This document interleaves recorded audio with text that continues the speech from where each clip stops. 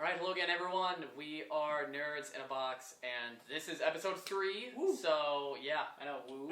So, hello. If you're watching us for the first time, we're Nerds in a Box.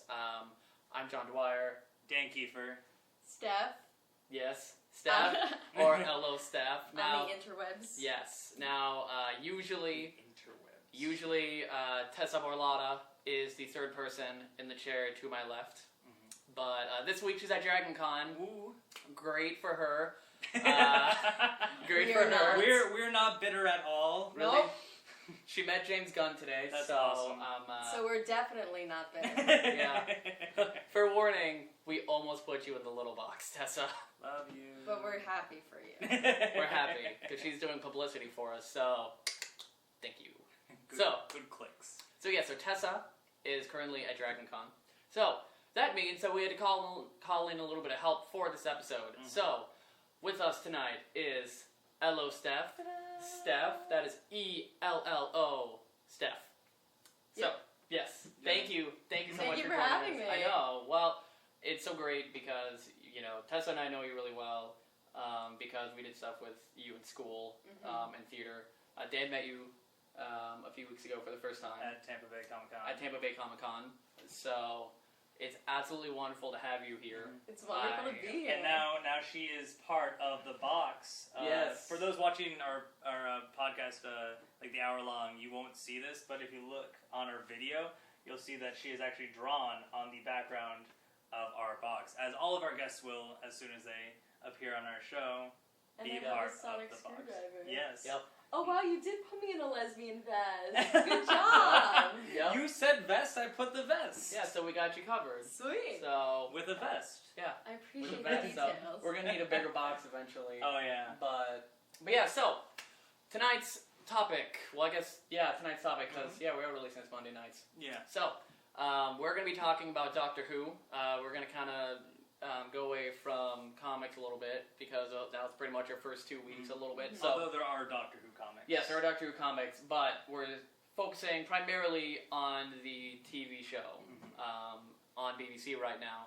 And for those of you that don't know, Doctor Who recently had a new series come out with Peter Capaldi as the Doctor. So taking over for Matt Smith, as you can see on my shirt, he took over for Matt Smith. So we're going to talk about him, how his Doctor in these first 2 episodes differs and is similar to the other ones of past, and talk about what we want out of the series, where we think it's going, things like that. And as always, we're going to end with a little bit of comic book stuff, the little box, and then we're going to sign off.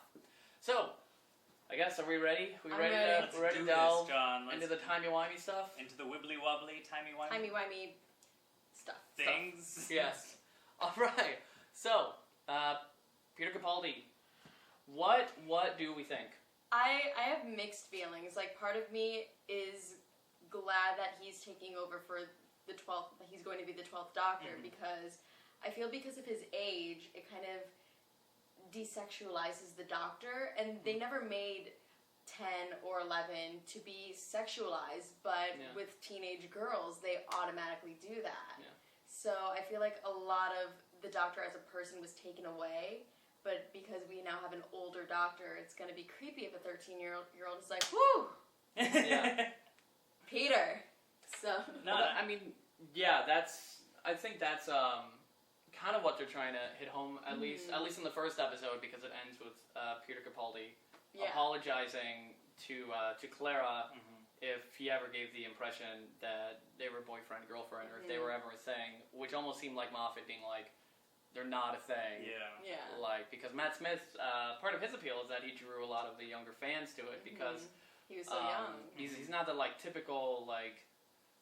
do you want to do a spoiler alert real quick? Oh, yeah, true, let's do that. Yeah. I mean, it should be obvious by now if you're listening to us, but if this is your first time, every episode we're going to do has spoilers, probably. Yeah. So, just spoiler alert, if you don't want to know what's going on with Doctor Who, don't... Spoilers. Yeah, River. don't watch, or don't listen, or skip over to the end, if you'd like. So, yeah, carrying on. Sorry. Because Matt Smith's not really this typical like leading man attractive. Mhm. He's he's attractive, but in his own like weird way. And that's what's becoming the mainstream attractive these days, the ironically. quirky weird guy. The more quirky and awkward, the more 13-year-olds are going to post about you on Tumblr. Yep. But I think I think what I like about him is, well, I should say at first, for me in the first episode, Deep Breath. It started off kind of weird. I think it was more the writing than actual Peter Capaldi's acting, because he's great at it. Mm-hmm. But it was like he came out and he's just really confused, and he's just babbling about all this nonsense, and then he's confusing Strax and Clara, and it just didn't feel normal, which maybe is the point, but it coming from Matt Smith, who knew a lot about him, to this one, all of a sudden it's like, whoa, this is kind of weird. And I don't know if it's like even weird writing, because it's just the idea that it's a new Doctor. Yeah.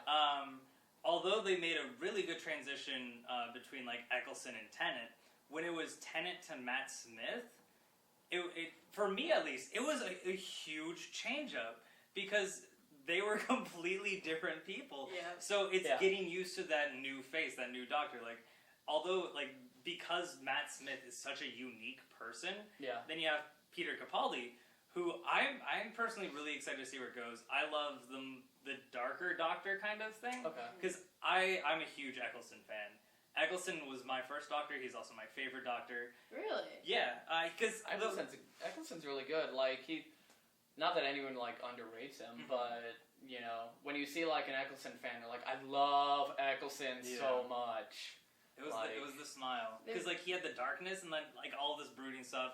He went through like the wars. He was like the war doctor. The war doctor. And then, but every now and then he had that goofy smile. It's just like, I'm still the Doctor, but this shit is real.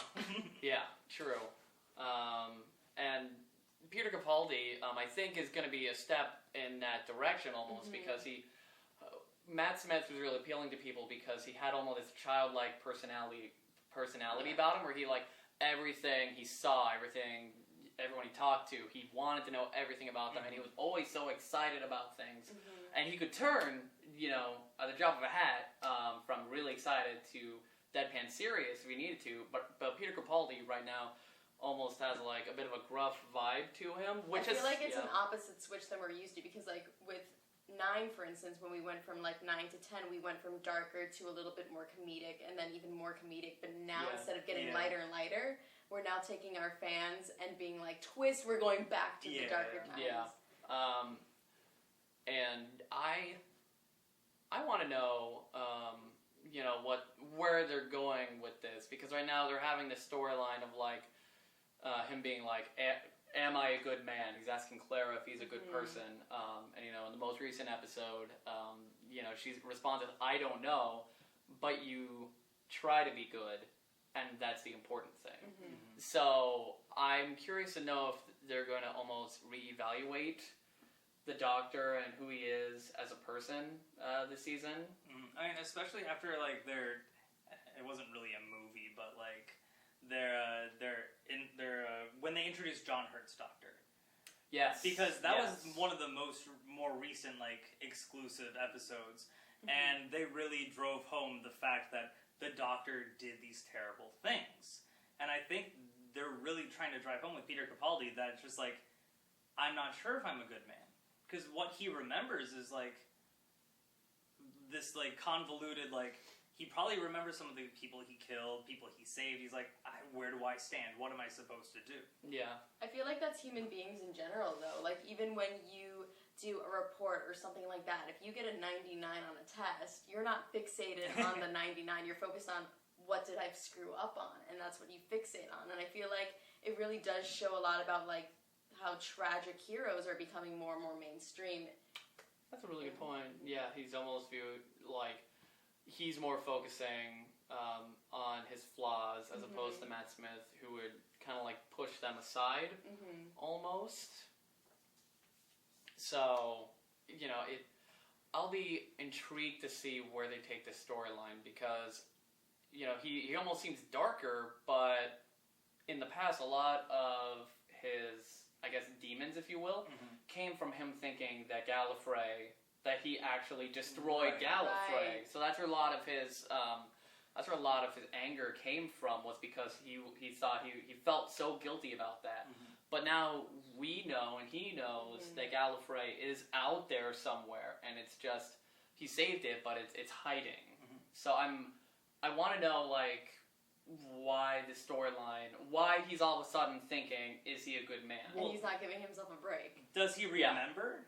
Yeah, he does. Okay. Yeah, well, I like to think he does. Like Capaldi's character, because I mean, the Doctor knows. Like, but Peter Capaldi's going through this like mental crisis where he's mixing up names, mixing up different facts. That's a good point. He may not remember Yeah. per se right now that's what happened. I mean, that's a guess. I feel like this is going to be the Doctor of the mental breakdowns. I feel like that's going to be his thing. And I just keep seeing him in the Pompeii episodes from 10 in my head. Yeah. Which is actually another good point, because, you know, as Doctor Who fans know, he was in The Fires of Pompeii, and he was also in a Torchwood episode as well. So, in his first episode, he's like looking at this mirror, and he's like, "I've seen this face before. Why did I choose this face?"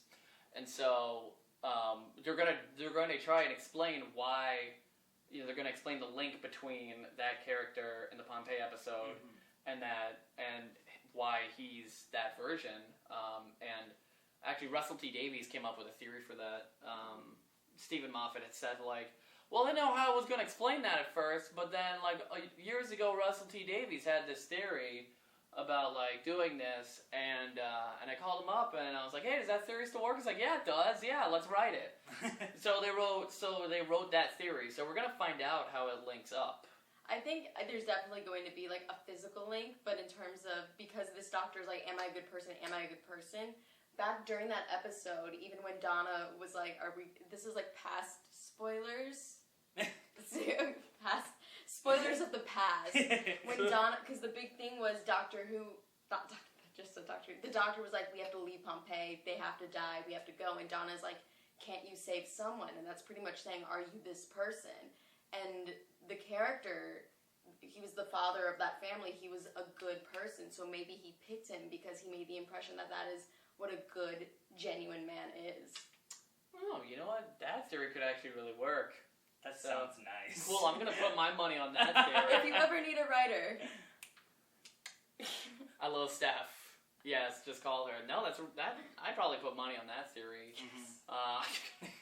Mainly because I don't have any other theories right now. Okay, cool, I just came up with it. And we don't have any actual money to put on it, but... So, it's a winner. Yeah, exactly. But I think for me, Peter Capaldi's Doctor I didn't really, you know, warm up to him until the middle of the episode, because The first or the second episode? The first episode, because a lot of the enjoyment of the Doctors, you know, can come from his relationship with a companion, and you know, at first Claire was like, I don't know who this is, and they had this whole like 20 to 30 minute thing where Madame Vasera's like, he's not just some mountain range you can flirt with and stuff, which I feel like is Moffat also talking to the audience, like he's not there for you to think he's pretty. But he still has swag. Oh yeah. Yeah, He has a lot of swag. Yeah. It's his magician's cape. Yeah. He looks like a magician. I'm sorry, I can't get over it. He does. I mean, Matt Smith certainly. But I guess David Tennant's with his trench coat. But you know, when they were in the restaurant, when they finally met up together and they both figured out the clue, it really started to click. The dialogue was back and forth. It was this great witty banter that they had, because she thought that that she was describing him and as like an egomaniac and needy, and he thought that he was describing her. And he's like, yes, yep, needy and egocentric. And then she realized, she was like, wait, what do you mean needy and egocentric? It's like, this is not the right time because something is going bad. And she's like, no, this is the perfect time to talk about it. Right. So he really started to endear himself to me around that part. And it got better as it went on, because I think what Peter Capaldi does really well is the quick talk banter stuff, because he had a lot of that with with the robot in the first episode in Deep Breath, and he had that with Clara, and he had that with everybody. And it's continued a little more in the second episode, although you can definitely tell some of his gruffness, because in this episode he meets up with soldiers, and he does not like the soldiers at all. Nope. Granted, a lot of times when he meets soldiers in Doctor Who, like 2/3 of them turn out to be jerks. Yeah, they do something to like endanger everybody else for the sake of their self. Exactly. So obviously he doesn't like soldiers, but definitely more than at least Eccleston, Smith. Oh yeah. Well, maybe not Tennant. Well, yeah. Like darker Tennant. Like if you ever saw a soldier, he got pissed. Well, yes. He was mostly vocalized about the guns, though. That's more that's about guns true. than That's actual true. soldiers. Soldiers always had guns, and they correlated together. I'm gonna stop talking. So. But there was that time in with Tennant with the Doctor's daughter where he was just like, "You're just a soldier." Yeah. That's the one time he's really true. like, "I hate." That was the one time he really turned. I was so sad that they never brought the Doctor's daughter back. I know, and she's out there somewhere. I mean, I would love it if they could bring her back, and I hope she's out there somewhere, because she's exploring. Right. But that's just a loose thread. So, I want that. They might, you never know, because even with this Doctor that even my roommate and I we were discussing before, because of the age difference now between the Doctor and the companions, it's like going back to old school with like the Doctor traveling time and space with his daughter. Mm-hmm. Yes, exactly. Theories.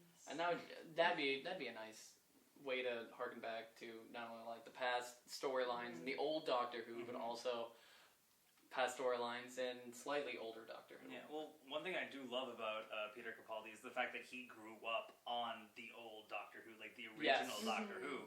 And I can already tell, like, from the first couple episodes that, like, he's trying to bring that flavor back rather than, like, no offense to Matt Smith, he did a great job. Yeah. He made this very mainstream. But he was more like a pop song of Doctor Who. Like, he wasn't the whole album. Well, I mean, you know what I mean, though, right? Where he was like... Elaborate for our fans. I will, okay. Like, and for me. And for me. He was...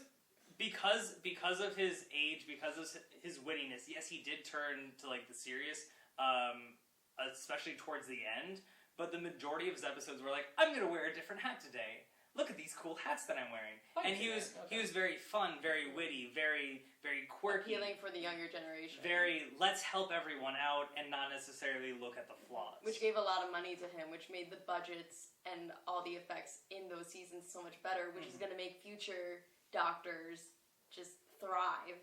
Oh, yeah. True, and the great thing about Matt Smith was that he really introduced it to... people to the United States. He really made it a big thing in the United States because, like, Eccleston brought it back, and then Tennant, took the torch and expanded it from there. But then with Matt Smith, they broadcasted that all over the place. Yeah. Like, that became a huge thing in Doctor Who because they filmed the first episodes they've ever filmed in the United States in Matt Smith's era because it was getting so huge. Well, I mean, Matt Smith really drove it to America. Like, if you think about it, Eccleston was like, all right, cool, let's bring this back up. Tennant was like, all right, let's spread this, because, like, in England, like, everybody knows David Tennant, because he's in so many different things. He's in so many great different things. People from Harry Potter, like, that have seen Harry Potter, like, I kind of recognize that guy. But, like, then Matt Smith came and kind of, I don't want to say Americanized it, but, like, because of that pop-centric, the fun, popular kid, goofy kid personality really appealed to the American audience. And Moffat taking over also, you can tell Moffat taking over also, not that it was like better in any way, but he made these bigger stories, like these like huge season-long arcs that like kept you wondering. They can afford it now. Yeah, because they had this budget, and so they expanded that. Matt Smith was a money machine. I mean, even when he became the Doctor, bow tie sales in the world increased by 90%. Yeah. That's huge. Him with that bow tie. Yeah, bow ties are cool. And then, you will always associate, when you see any bow tie now, with the Doctor. Yeah. Or at least when anyone says bow ties are cool, everyone immediately thinks that. So, he's really big. So I want to see where he goes with the character. Bow ties won't be cool. Well, he probably won't be wearing them. Yeah, he's got magician capes, which looks pretty sweet. But I think what I've been hearing a lot of is that people are talking about how his character and the Sixth Doctor, Colin Baker's character, are really similar because Colin Baker's, they're really similar. But I've heard that I've been reading like Doctor Who message boards, things like this, and it seems like for people that watch the old Doctor Who, it was like Colin Baker's character was like different, but it wasn't necessarily a good thing because his personality was too brash, but it was also like really flamboyant. So a lot of people are wondering if that's almost going to be like the new Sixth Doctor. If that's what the Sixth Doctor is supposed to be, I should say. Yeah. If that's going to be his new personality. So we will find out. And what I also want to find out is where they're going with the season. Because in both the first and the second episode, when they have like a random character die in the episode, now they're waking up into this place called Heaven, where Missy introduces herself, and she basically says that she's a friend of the Doctor's, that she's known the Doctor, but we don't really know where that storyline's going. I hope they don't try to make a new River song out of her. Yeah. I hope they don't, because I thought they really gave her a nice send-off in, near the end of Matt Smith's reign when he went to Trenzalore. But at the same time, I'm sure the writers were like, audiences loved River's song, that's where the money was, let's do it again, which would be unfortunate. Yeah. But I could see like the logistics behind it. But I don't know where they'd go with that. I don't know where they'd go with River's song Dropping again, back to an earlier conversation, what if it is the Doctor's daughter? Oh yeah, and the Doctor has more than one daughter. True. That would be interesting. Because especially now that he is that older person, they can do the whole father figure thing. When it was Matt Smith, yes, you could do the father figure thing, but it looked a little awkward. Yeah. Just a lot. But just, But here's the thing: how would they explain if all these people that like they pick a character each episode that dies, and then they wake up in heaven? So like, if that is a Doctor's daughter, how would she even be there? Like, what is heaven? Is she? They find ways. Yeah. They're a creative writing team. They've jumped dimension. They've discovered new planets, new pocket universes. Exactly. Yeah, they've been outside the universe. Yep. They've destroyed the universe. Parallel universes. Yeah. I don't know where they're going with it. I'm intrigued to see, because that storyline's kind of in typical Moffat fashion. He gives us like a breadcrumb at the beginning of the season, and then like another breadcrumb every like few episodes, and like a big breadcrumb, and then like more tiny ones, and then like the last 3 episodes are like, hey, here's the loaf. Here's what's going on. Here's what's going on. So. And it's just all that thrown at you at once. And you're just eating that bread, and you're like, I need some water after that. Yeah, it's like this is too much. This is too much. So too much bread. Too many metaphors. I hope he knows what he's doing. I hope he knows where he's going. He's been doing well so far. I feel like he's like almost like the Doctor, because even the Doctor in general, whenever he's in a situation, he has no idea what he's doing, but he makes it work. Yeah. So I feel like the writing is the same way. One of my favorite lines was from last season. It was Nightmare in Silver, with the Cybermen coming back. And the Doctor puts Clara in charge of these soldiers, and she's talking to them, and one of them asks, like, so you trust him? She's like, absolutely, yes. And one of them says, so you think he knows what he's doing? She's like, not a clue, but we'll be okay. Which is the Doctor perfectly. Yep. Exactly. So I want to know where they're going with that, what they're doing with this, like, Am I a Good Man storyline, and also introduced in this new episode is Danny Pink, who used to be a soldier. We don't know a whole lot about him. He's a teacher at the school that Clara teaches at, and they went out to get drinks. So that sounds so weird, saying something so common with Doctor Who. Yeah. You would think like, oh, and they saved a planet together. They got drinks. They got drinks. But I want to know where he's gonna come in, because since he used to be a soldier, a lot of people are wondering if he's gonna be a companion.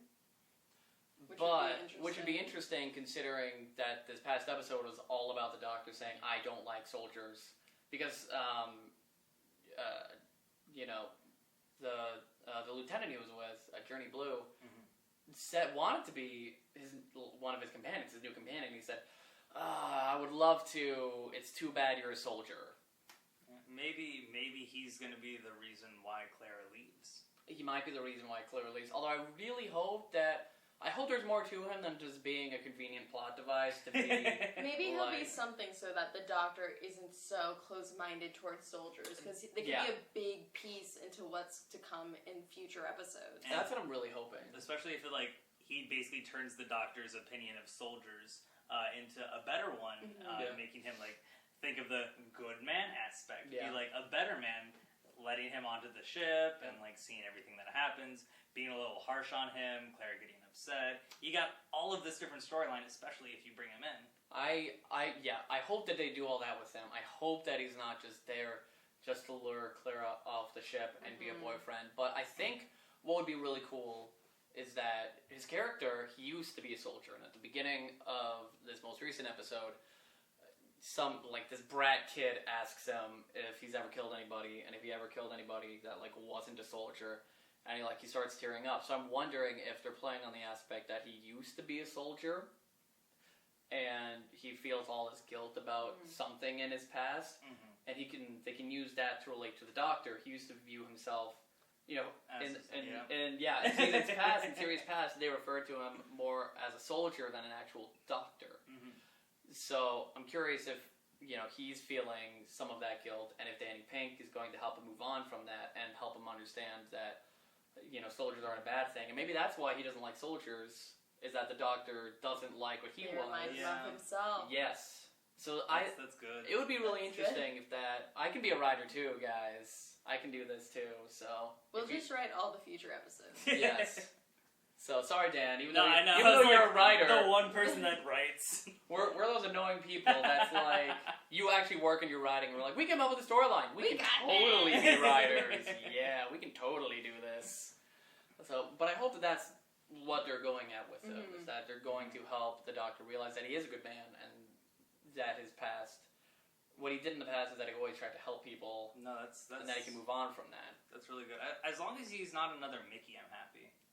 Yeah, I like Mickey, but I don't like what they did with Mickey. I just never liked him. I liked future Mickey when he was part of the Resistance. That was I liked him when he was with Martha. Cool, yeah, that was really cool. But original Mickey is just a little whiny. When he's just jealous. So whiny. He just sucks. Even the first episode ever of the revamp of Doctor Who, freaking Rose almost died, and he wants to stay and watch the game. I know you just almost died, but I'm going to stay and watch this at your apartment. Yep. Yeah. Well, I really hope that he's not just some convenient boy toy for Clara, because... I hope not, because that also takes away Clara being an independent person by making her leave for some dude. Exactly. Well, then that was a storyline with Amy and Rory for a few episodes. They had an episode called Amy's Choice, where she had to choose between Rory and the Doctor. So I hope that they got this this out of the system, where it's every companion the Doctor has. We need more Donna They fall in love with him. Oh, Donna Noble. I mean, we're not gonna have it. But we could have a whole podcast about how great Donna Noble is. She's a bad bitch. Am I allowed to say that word on here? Well, you just did. Oh, that'll be the second time that she said it. I was gonna say worst case scenario, I can bleep it out. True. Yay, post-production. You bleep it out, but you put our Nerds in a Box logo on her mouth. I can go back. She is a bad individual. Yep. But we'll have Dan record individuals, so just like on TV when they try and bleep something out, it sounds nothing like them. Yeah. So what if they think it's a really bad word?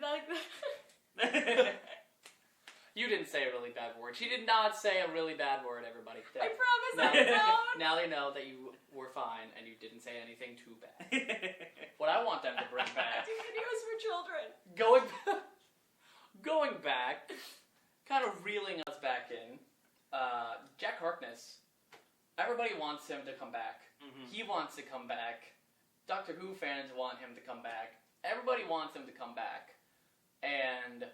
I don't know if they ever will, But God, I hope so, because he's going to be around literally forever. Or not forever, but a long time. With the end of Torchwood, he's got a lot of free time. Exactly. No, they definitely can. I mean, what was the last thing he did?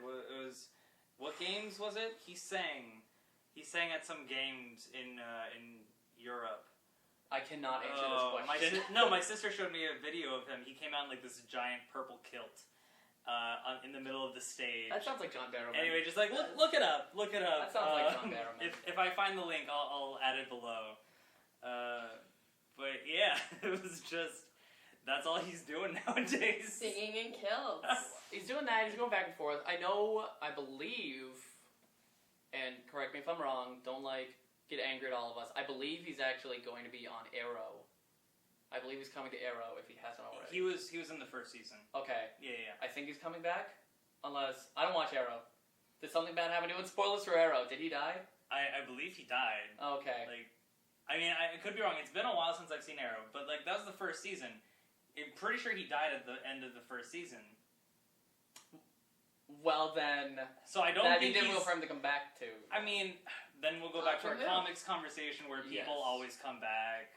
No one's ever really dead. There's some reason that they came back. Blah blah blah. Point is, I'm pretty sure he's still doing stuff. Oh yeah. But he just wants to do more Doctor Who. He can at least come back for an episode or two. I mean, everyone wants him back. Exactly. The best would be if he came back and neither Clara nor Peter Capaldi were just like, "Who are you? Who are you?" Yeah. I would love to see. I would love it if he came back and he just kissed Peter Capaldi. Right on the what mouth. he did, what he did before when he left, and then Peter Capaldi's just like, "Am I? What's going on? Am I a good man? What's going on?" I just would love to see Peter's interaction with Jack, because it's one thing for Tennant and Smith or any other Doctor to interact with him, but because that this is such a dark Doctor and an older Doctor, I want them to be locked in a room together so badly. That would be really fun. Just to see what happens. I would love that. Like the real world Doctor. I would watch that. That'd be fun. Well, I guess we're talking about Jack Harkness. Yeah. I guess we can go into let's do our it. quasi next segment. So every week we usually have some kind of superhero spotlight. Obviously, well, it depends on who you ask and the definition of superhero. Jack Harkness is a superhero. All right, cool. He's immortal, John. So we're gonna. He yes. is. And he's selfless, and he's really good looking, and yes, this is coming from a lesbian. I think he's a great superhero. Yes. But yeah, okay, well, cool. So Jack Harkness, Jack Harkness. Jack Harkness, John Barrowman. Yes, I'm awful at remembering things. Dan's gonna take control. Cool. Of this so I'm sure a lot of people you guys are watching this know about Doctor Who, have seen Jack Harkness, Captain Jack Harkness. He actually grew up in a place called the Beauchene Peninsula, and it was in the future. He and his family were out playing. He went running with his brother, lost his brother, and when he came back, because he hid in some bushes, these alien invaders flew over. Bombed the place. His dad was dead. His mom was in hysterics, and his brother was gone. Great, happy prologue for his life. He went out to try and find his brother.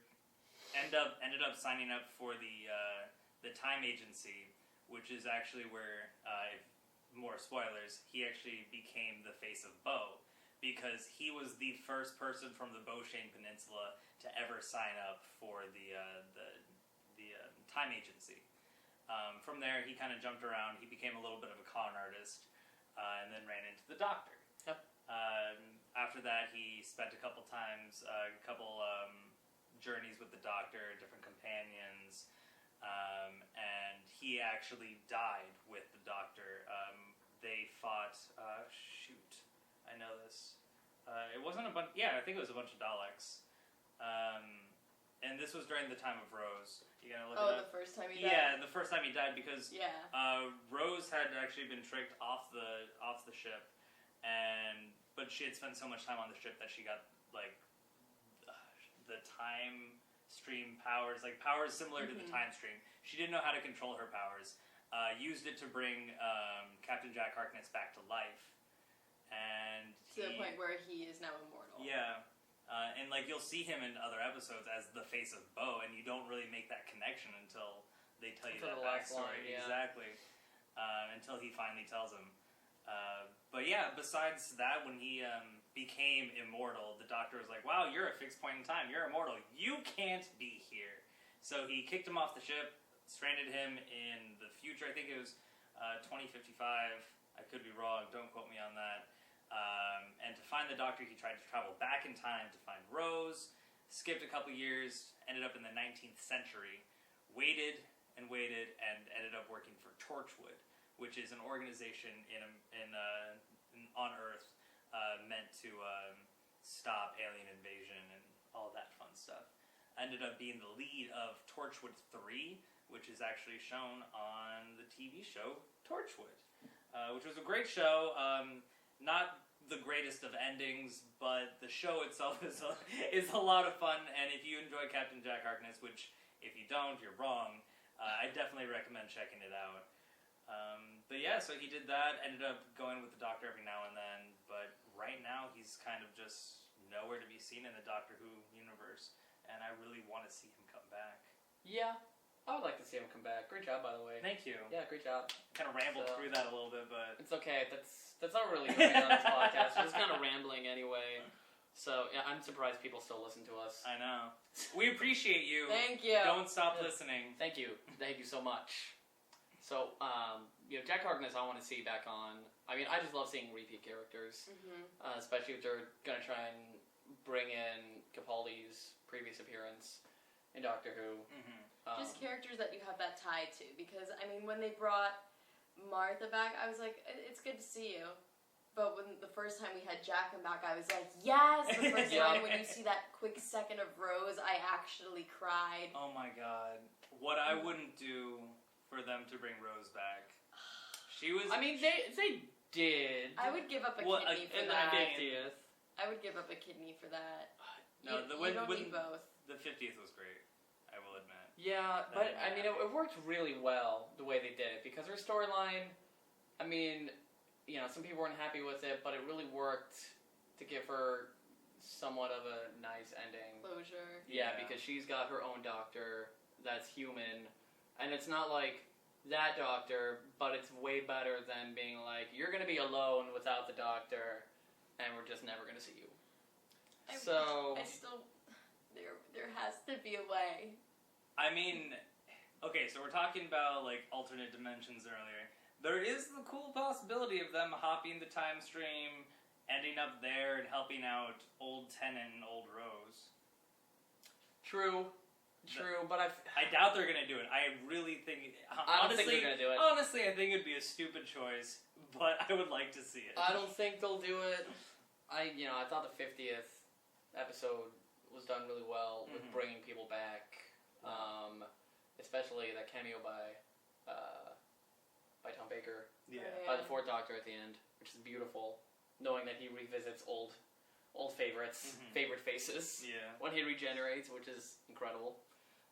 But I don't know. I'm okay if they don't bring back Rose. Yeah, I would rather Jack Harkness than Rose, because he fits in the storyline so much better.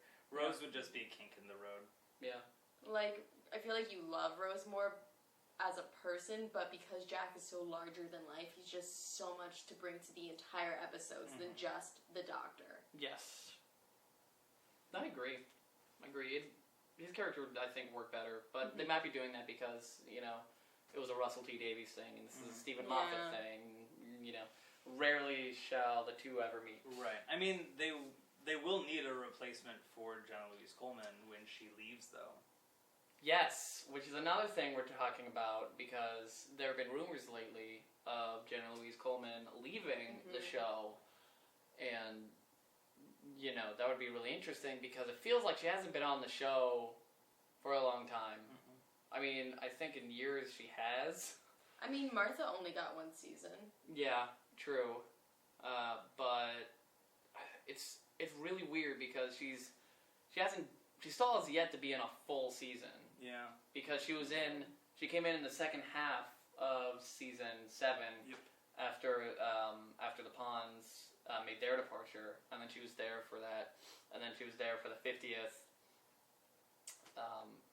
And she made like intermittent appearances, but I think it'd be really weird if she left already, because I feel like there's so much more to her character they can build on and build upon, that I think that she'd be a great person to still have definitely. on. And especially the fact, like, her character is such an independent individual. Like, you have Donna, who is super independent, but like she was more of the I'm not interested in the doctor companion. You had Rose, who was the romantic interest. You had Martha, who wanted to be the romantic interest. Yep. You had Amy and Rory, who were the couple. Yep. Like, she is something new, something fresh, and I would be so sad if they got rid of that so quickly. Yeah. Yeah. Well, that's where the confusion comes in, because there are rumors that she's leaving, and then there have been articles that have come out lately where Peter Capaldi's like, I have no clue what you're talking about. I have not heard anything about that. As far as I know. We'll just find out. Yeah, he's like, we're focused on trying to get like my own doctor set up. The last thing we want to do right now is try and ride. Keeping it here. Yeah, it's like the last thing we want to do is try and ride anyone out of the show, because we're already trying to ride my doctor into the show pretty much. He's like, I'm working with Jenna-Louise Coleman right now. I don't know where you're getting this from. So I hope she doesn't leave, because I love Clara. Yeah. And it'd be really cool. If she does leave, I don't want it to be a thing where it's like they have to have a huge send-off, or like she gets pulled into a parallel dimension, or she gets killed or something. Because I like in past Doctor Who, when they had a companion and they had to go, and they just stayed on Earth. Yep. And they had their own thing. And then, like, when they brought everybody back in Series 4, for that final climactic battle, they brought everybody back. And I thought that was really cool. And I love that. So I want, if she has to leave, I want her to leave in a way where that her character can come back. Right. Like, more I'm simple. sure they will. Yeah. Also, they have to find a new companion right away. Yeah, that's a lot. Yeah. So, I mean, maybe that's why they're introducing Danny Pink. Maybe that's why. Maybe he'll be a new companion. Yeah. I don't know. We'll find out. But Jenna-Louise Coleman, if you're watching this, don't leave. I think your character's great, and you have so many more reasons to stay. If nothing else, stay for the TARDIS. Because, man, I don't think I'd ever leave if I got to work on that TARDIS set every single day. Yeah. I personally like the new design. I think it's cool. I enjoy it. I like Matt Smith's first one. I think his was really cool because it just had a lot of like weird knobs and like pedals and things like that, and it was really cool. And there were some like Dalek designs in Peter Capaldi's new one, which I think is cool. It is cool. I like shiny new toys, and this is a shiny new toy. Yeah. Like everything's just like nice and clean and crisp and sharp corners and edges. And I really liked not Matt Smith's, I mean his is great too, but David Tennant's, because even though it was like the typical, TARDIS setup, you always knew because of the first episode when we're introduced to the 10th Doctor that there's that upstairs with just all these clothes, and it's almost like a treehouse get up. Okay. So I like how it was a combination of old and new. That's really cool, yeah. Well, and we got to see more of the TARDIS in last season's journey to the center of the TARDIS. Oh my god. Cool. That was it was freaky, it was really crazy, but it was interesting. I want to see more of the TARDIS. I think they need to have more storylines inside the TARDIS. I'll take an episode. Cribs TARDIS edition. Yeah, even if it's something as boring as Peter Capaldi showing everyone what it can do. That would be super cool. I'd be fine with that. I would love that. What episode was it when they were gathering like River Song and then she came into the pool? Oh yeah. I was like, there's a pool in the TARDIS? Yeah. Anything's possible. Yeah. It's bigger on the inside. I think that was the first episode of Series 6. Smaller on the outside. Yeah, she basically falls out of a building, like a skyscraper, and then dives perfectly into the swimming pool, which makes no sense once you see the journey to the center of the TARDIS, and then the swimming pool is all the way over here, but then I guess making move rooms. I don't know. The TARDIS is the TARDIS. It's the TARDIS. It does its own thing, literally, all the time. So yeah, I think that's what I want. Jack Harkness, an explanation for why he's suddenly feeling like all this guilt for what's going on, and I guess more explanation about the Heaven storyline. Right. Yeah. Because obviously he's going to explain it, but right now we just have to deal with the breadcrumbs. And the frustrating thing about Moffat is that when he tells a story, he also is like, here's this, but we may not give you resolution until like 5 seasons later. Yeah, until like 2 seasons later.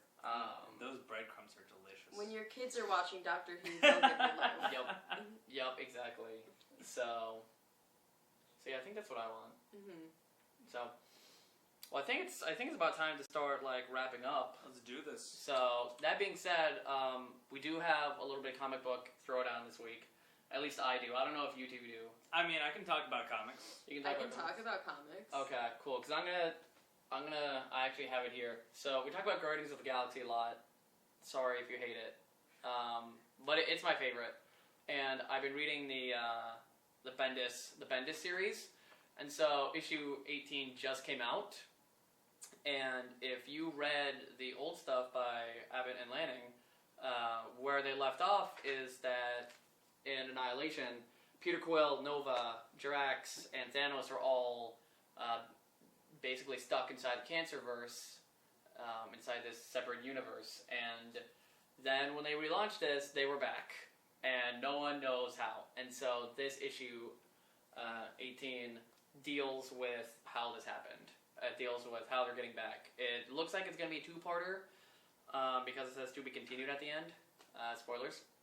But I'm excited to see how they try and explain this and tying it into Original Sin because Peter Quill's got some problems in the Cancerverse, and so we're wondering if he made a deal to get out.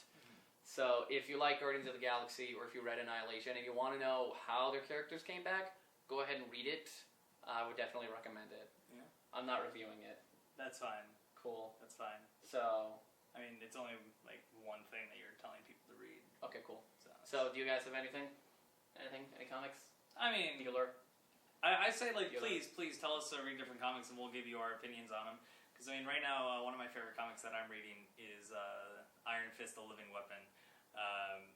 I'm not going to give a big review on it just because I just started reading it. I'm only 3 comics in. But the dialogue is great, the action is great. Iron Fist is one of my favorite characters. And they're really portraying like how he became who he is. And it's really interesting. His portrayal of like himself and how he views himself is really unique as well. And I definitely think if you enjoy good writing and a good story, pick it up. True. Well, I'm not to be a hipster, but I always read the old school comics from the Bronze Age and things like that. The only superhero comics that I would follow to present day is Spider-Man, because Spider-Man. But something interesting that I've been doing is reading, I don't even know if they would be considered comics in other countries, because like in Japan it's known as just anime and things like that. But I recently started getting into European comics, actually, which are very, very different than America. Actually, they there's one called like The Life Stories of Adele, which is in France, and it's strictly like a comic book graphic novel series. And they actually turned it into an independent film called Blue's the Warmest Color, and it is now the most successful independent film of all time. Oh, wow, yeah, no, I remember hearing about all that. from comics. That's really cool. European comics, interesting. Check it out. Yeah, I'll have to check that out too. Yeah. I'll have to expand my horizons. So, alright. So, European comics. Ooh, actually, before I forget, we got a question on our page Yes. from Scott Amrine. First off, thank you for sending us a question. That was a really good So, question. you know what? Actually, let me bring up his question. That was a really tough question. That was a really tough question. What am I getting myself into? I have not seen this question. We just picked her up today. She was like, yeah, sure, what? What am I doing? Yeah. Here I am. Thank you so much for being here. Oh, thanks again for having me. So, let me see. I believe in you. Well, it's having a hard time loading. So, his question was, where is the strangest place a battle has occurred in comics? Yes. And do you have an answer, Dan? Location, not so much as scenario. Because location, it all depends on context. Because they've had battles all over the world, all over like other worlds, outside space. Like I personally think it'd be weird to have a battle on the moon, but there's been plenty of those. There's been lots. Original Sin just had a battle right outside the moon, right outside its gravitational pull. Because, that's the thing, zero gravity fights, I feel like would be one of the strangest things to go through. Yeah.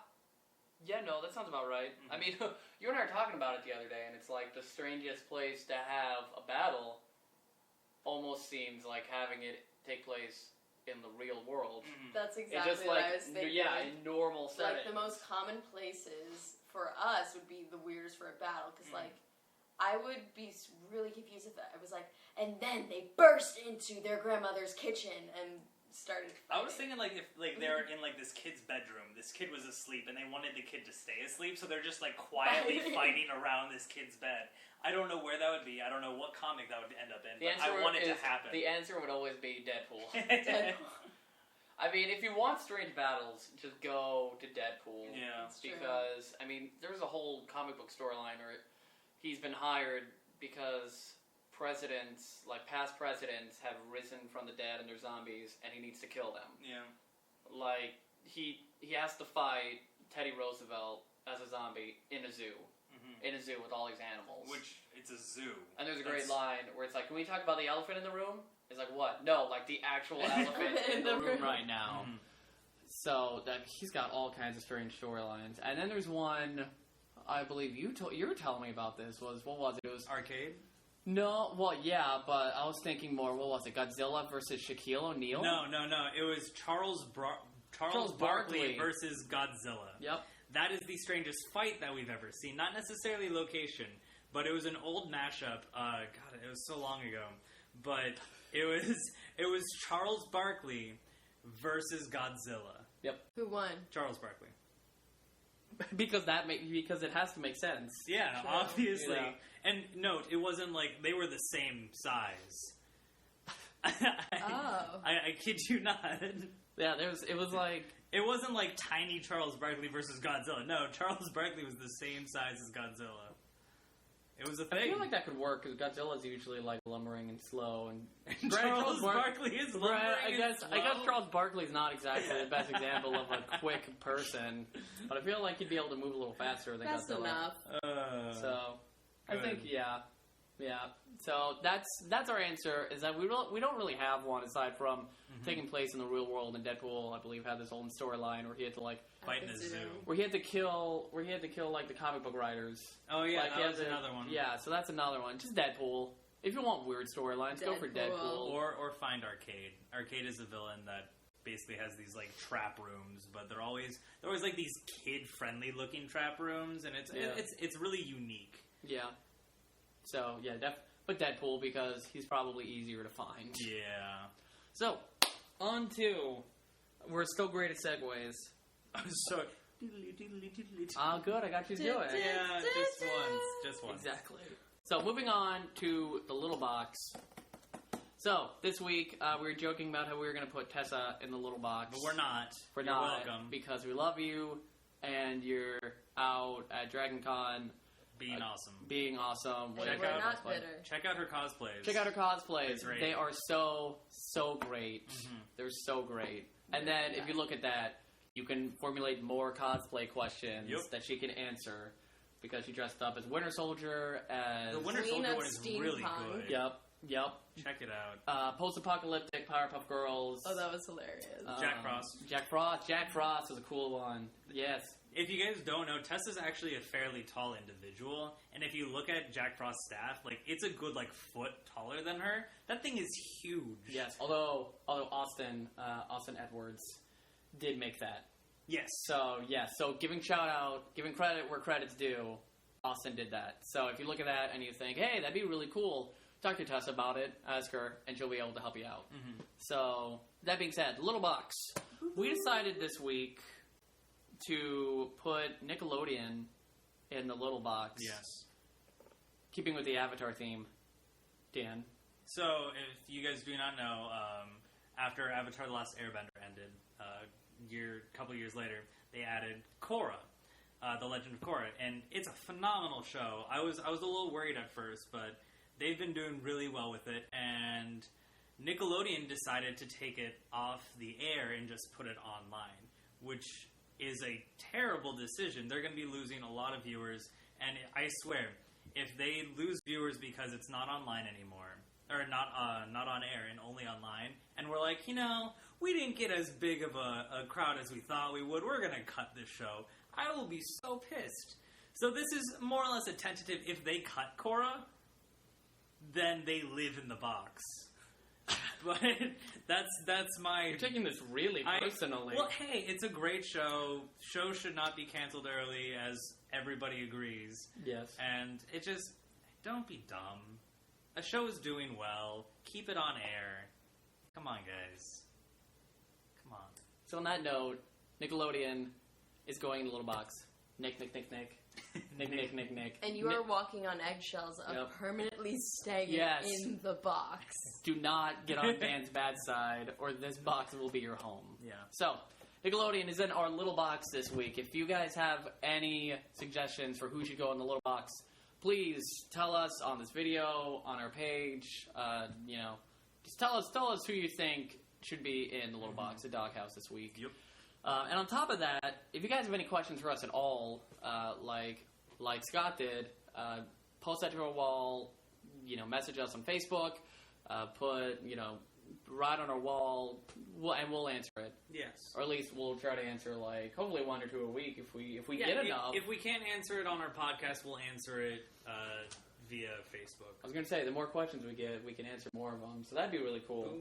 So thank you guys so much for watching this. Right now, we're in the middle of talking to Pocket Casts about being on Pocket Casts. They're an app that has all these. You can easily access podcasts on. They're on iPhone, Android, things like that. So we're talking with them. Hopefully, we'll have more news to you next week. I believe I said that last week. We're also working on getting on iTunes again. Yes, So. iTunes. Oh, fancy. Yes, yes, yeah, I know, we're right? we're moving on up. Ooh. However, we're still Welcome. we're still staying in the box. Yes. Still in the box. We're still Our cardboard set. Yep. Keeping with the theme of Nerds in a Box. Woot. So we'll keep you guys updated on that. And thank you for liking our page. Share this video. Share it. Just be awesome. If you'd like to share it, it'd be super awesome if you did. But just thanks for watching. We really appreciate it. Yep. So, and thank you so much. Yes, Thank thank you for having me. Steph. Hello, Steph. Hello. If you want to watch any of Steph's videos, hello, Steph on Can you YouTube. say that any weirder? On Hello, Steph. Oh, I feel like it lends itself You to can. that accent, though. Sorry. Hello, Steph. So yeah, absolutely wonderful. So much fun. And you're YouTube verified now. I am. So that's a huge deal. I didn't even get the memo. I just got a text from my friend once saying, YouTube verified you, right? And I was just like... Yep. So, yeah. So, YouTube verified, so you know she's good. So, watch her videos. Hello, Steph on Facebook, on Twitter, Tumblr, YouTube. Just check her out.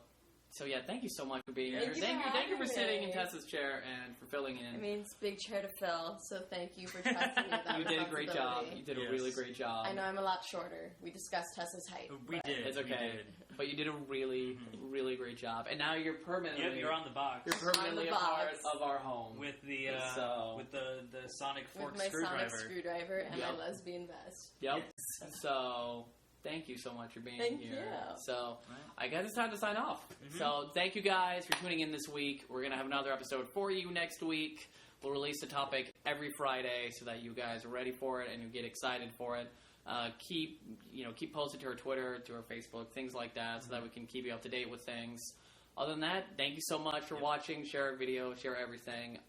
Signing off, I'm John Dwyer. Dan Kiefer. Hello, Steph. And we are Nerds in a Box. Good night, everybody.